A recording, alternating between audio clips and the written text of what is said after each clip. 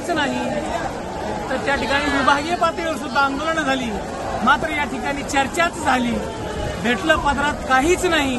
मराठा समाजानं 58 लाख मूकमोर्चे काढले, जगभरात त्याच्या स्वच्छतेचं शिस्तीचं कौतुक झालं, मात्र त्याच्या पुढं गाडी गेलीच नाही।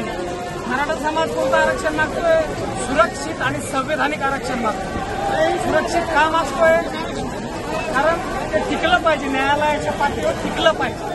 आणि संवैधानिक का मागतोय?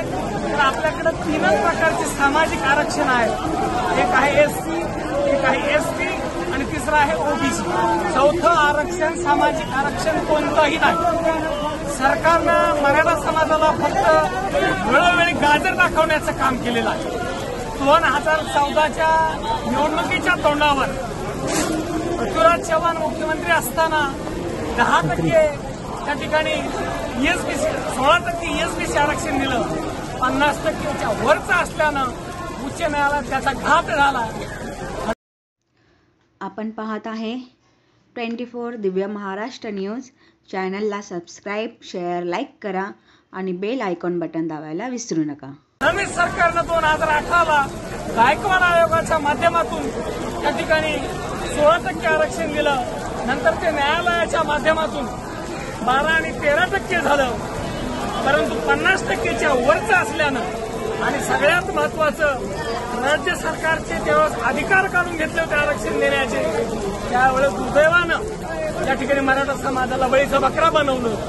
5 मे 2021ला याही आरक्षणाचा शेवट झाला। पुन्हा या ठिकाणी एकनाथ शिंदे साहेब मुख्यमंत्री असताना फेब्रुवारी 24ला 50%च्या वरचं आरक्षण दिलं।